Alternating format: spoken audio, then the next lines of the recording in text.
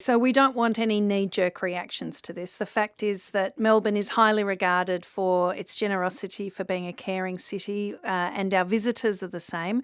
And we don't want to become a heartless city. It's not about that. But it is about recognising and this in a very systematic way. This is a group of people taking advantage of our most vulnerable by pretending to be in need and accepting generous donations from Melburnians, and it can't be tolerated. So when were you or the council made aware of this? Well, Nick, we're out on the streets every day as a combined group talking to our rough sleepers, and we do that because we're looking for those longer-term solutions for people who are genuinely in need.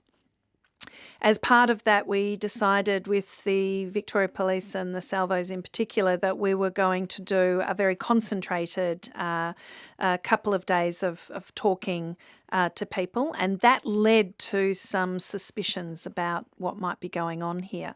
So and we'd certainly noticed an increase of a particular type of begging as well that took up a lot of space on our footpaths, was very vocal, very confronting as well. And so from that, the police made a decision to do an operation, if you want to call it that, a very concerted operation of asking people very direct questions and if there were suspicions, actually searching them and taking further steps. And that's led to the uncovering of this syndicate. Okay, so the type of things that would reveal this information is checking passports and finding tourist visas, say, for instance, that sort of stuff. Exactly. And look, the particular circumstances here are that after some of those earlier discussions, the police had referred a couple of people up to Brendan Nottle and the Salvos there on Bourke Street, who do an amazing job, as the police do, because they were particularly concerned about their welfare. And what was picked up was that there was a consistency in the answers they were giving about what they were doing there and why they were there on the streets begging.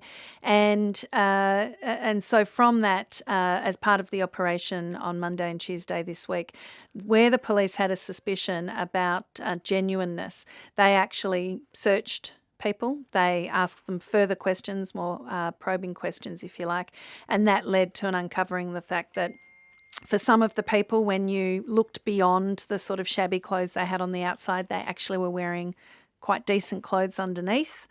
A number of them had parcels of money sewn into their jackets. They had receipts for money that had been exchanged into Chinese currency and transferred back overseas.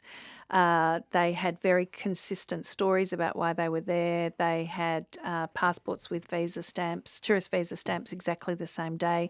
And it turned out for 6 of them, they were all actually in the same accommodation.